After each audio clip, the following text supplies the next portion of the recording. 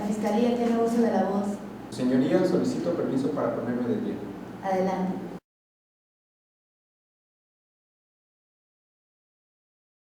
Cuando la voz de un enemigo acusa, el silencio de un amigo condena. Su señoría, contrapartes representantes y demás personas que nos acompañan en esta sala. Su servidor, el licenciado en Derecho Irving José Sánchez Hernández y la licenciada Ana Patricia Hernández Sánchez, en representación de la Fiscalía de Tampico en el estado de Tamaulipas, hacen constar lo siguiente. El día 12 de julio del año 2014, la señora María de Jesús Parra González, en compañía de su esposo, el señor Luis Javier Carrasco González, y su amigo Manuel Javier Sánchez Caloca, solicitaron un servicio de lancha para poder salir a pescar y relajarse.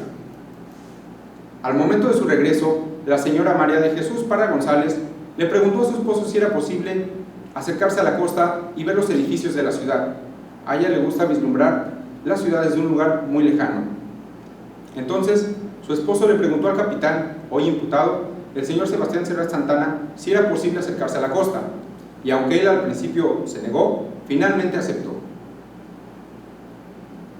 Tiempo después, y sin causa justificada, el señor Sebastián Serrat Santana excedió la velocidad estándar, arriesgando con ello la vida de todos los pasajeros.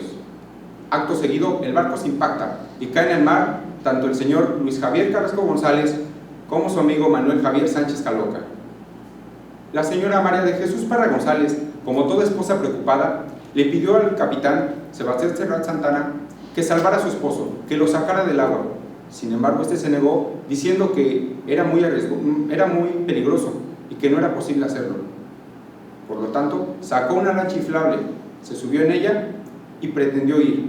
Afortunadamente no lo consiguió, debido a que al lugar de los hechos llegó un barco para auxiliarlos, a cargo del capitán Manuel González Álvarez, quien minutos más tarde llamó a la policía para que detuvieran al señor Sebastián Serrat Santana. Su señoría, en base a lo que he comentado anteriormente, la Fiscalía puede afirmar que el señor Sebastián Serrat Santana cometió el delito de homicidio culposo previsto y sancionado en los artículos 60, 302 y 303 del Código Penal Federal, además de una violación al artículo 25 de la Ley de Navegación y Comercios Mercantes. Por lo tanto, señoría, esta Fiscalía ofertará como datos de prueba los siguientes, para corroborar que el señor Sebastián Serrat Santana cometió el delito de homicidio culposo. Dichos datos de prueba son el testimonio del capitán del puerto, Manuel González Álvarez, al igual que el agente de policía quien acudió al lugar de los hechos en la madrugada del 12 de julio de 2014, la oficial Rosalía Ruiz Gómez. Y como un dato de prueba crucial en esta investigación, el dictamen de necropsia realizado por el doctor Miguel Moreno Villalobos, en donde se establece que el señor Luis Javier González murió a causa de un traumatismo craneoencefálico. Por lo tanto, su señoría, esta Fiscalía, en base a que no existe ninguna causa de exclusión del delito, en este caso, solicita la vinculación a proceso del imputado Sebastián Serrat Santana, toda vez que ha cometido actos que la ley considera como delitos. Es cuanto, su señoría. La defensa tiene uso de la voz. Su señoría, pido permiso para ponerme de pie. Adelante. La verdad os dará libertad.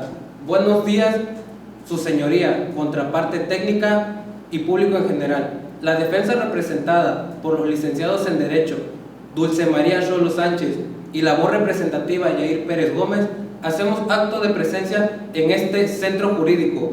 Procederemos como el señor Sebastián Serrat Santana no es responsable de lo que argumenta la Fiscalía.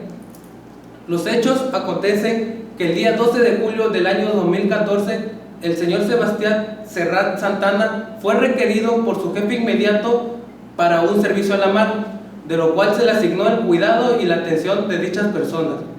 Saliendo del punto de partida de la mar, el señor Sebastián Serrat Santana argumenta que los pasajeros iban pescando e ingiriendo bebidas alcohólicas, de lo cual, bajo los efectos del alcohol, tomaron una actitud de arrogantes. Pero el señor Sebastián Serrat Santana tenía instrucciones de complacerles, por lo cual seguía proporcionándoles más bebidas alcohólicas hasta que este dicho producto se agotó. Estando en el mar, el señor Sebastián Serrat Santana establece que el señor González seguía con una actitud arrogante, pero ya terminado dicho producto, estas personas decidieron volver. Caída la tarde, el señor González se acerca al señor Sebastián para requerirle que su esposa quería que se acercara al puerto costeando, por lo cual el señor Sebastián Serrat Santana le comunicó que eso era peligroso, ya que no sabía las consecuencias que esto conllevara. Yéndose cuidadosamente, el señor Sebastián Serrat Santana, sin darse cuenta, encalló. Así la embarcación se inclinó y uno de los tripulantes, el señor González, salió impulsado, por lo cual su señora esposa, de una manera impulsiva, gritando en dónde se encontraba su esposo. El señor Sebastián Serrat Santana hizo lo posible por salvaguardar la integridad de la señora, ya que tenía más posibilidades de vida. Tardándose el señor en poder sacar la lancha inflable hasta que el capitán de puerto llegó a su auxilio, hasta que el cuerpo judicial llegase a su rescate.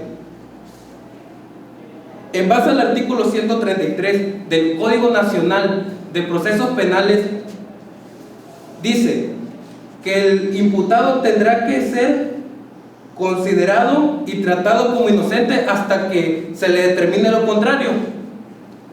En base a lo que argumentó la Fiscalía, la defensa está en desacuerdo por el siguiente punto, en que la señora María de Jesús Parra González no estaba en condiciones aptas para poder atestiguar, ya que se encontraba bajo los efectos del alcohol. Hay una violación en el artículo 133 del Código Nacional de Procedimientos Penales. Menciona que el imputado tiene derecho a guardar silencio en el entendido que su silencio no podrá ser utilizado en su perjuicio. Esta defensa manifiesta como datos de prueba en que la señora María de Jesús Parra González no se encontraba en aptos y en condiciones para poder atestiguar, porque se encontraba en una situación de alcohol que no podía tener la conciencia para poder dar dicha información. Y el dictamen de la necropsia. En base al argumento presentado, solicito la no vinculación del imputado. Eso es todo, señoría. Se le cede la palabra a la Fiscalía. Su señoría, pido permiso para ponerme de pie. Adelante.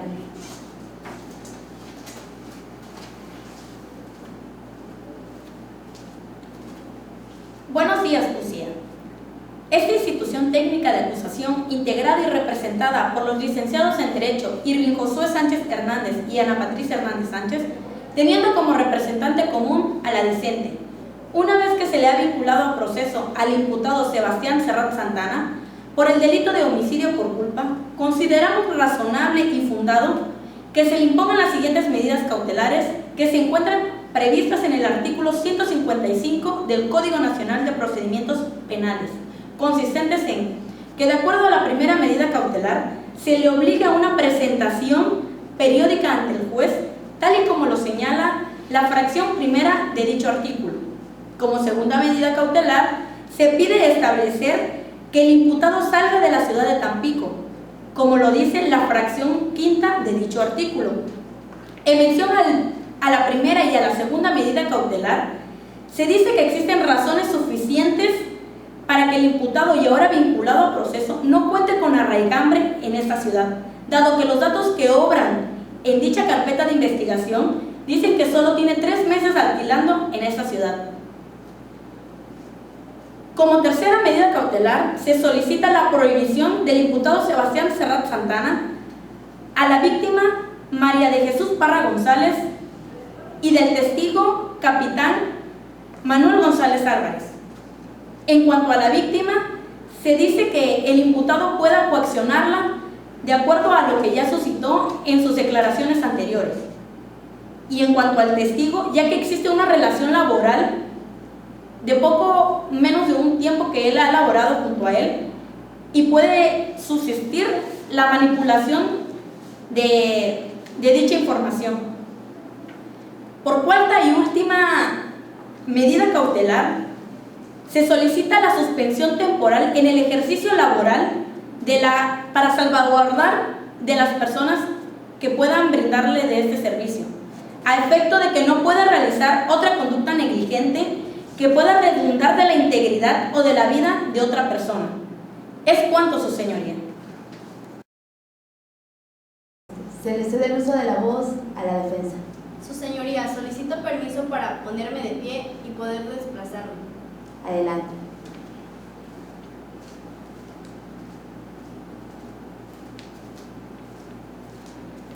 La discente, licenciada en Derecho Dulce María Xolo Sánchez, defensora voluntaria del imputado Sebastián Serrat Santana, actualmente vinculado a proceso. En cuanto a la manifestación de la Fiscalía de que a mi representado se le impongan las medidas cautelares previstas en las fracciones 1, 5, 8 y 11 del diverso 155 del Código Nacional de Procedimientos Penales, toda vez que las mismas son irracionales y por lo tanto infundadas, como demuestra a continuación. Fracción 1. La presentación periódica ante el juez. No comparto el criterio de la Fiscalía en la medida de que no importa cuánto tiempo tenga el vinculado viviendo en esta ciudad, sino que contiene raíces debido a su empleo formal. Fracción 8. El no acercarse a la víctima María de Jesús Parra González y al supuesto amigo Manuel González Álvarez, cuando es bien sabido que en la carpeta de investigación no existen datos concretos de que mi representado ha tratado de intimidar o a coaccionar a la víctima. Tampoco existen datos de que mi representado contenga amistad con el señor Manuel González Álvarez, y tampoco que exista cierta relación en materia laboral. Fracción 11. El no ejercer temporalmente en materia laboral. Es errático que la Fiscalía pretenda desposeer al vinculado en proceso a su única fuente de trabajo y por ende a su única fuente de ingresos. Manifestando esto, no solo se le afectará al patrimonio, sino también a las dos personas que dependen económicamente de él. También, haciendo mención, se le violará el derecho a la libertad ocupacional. Su señoría, reiterando que no se le impongan las medidas cautelares manifestadas por la Fiscalía, es cuanto, su señoría.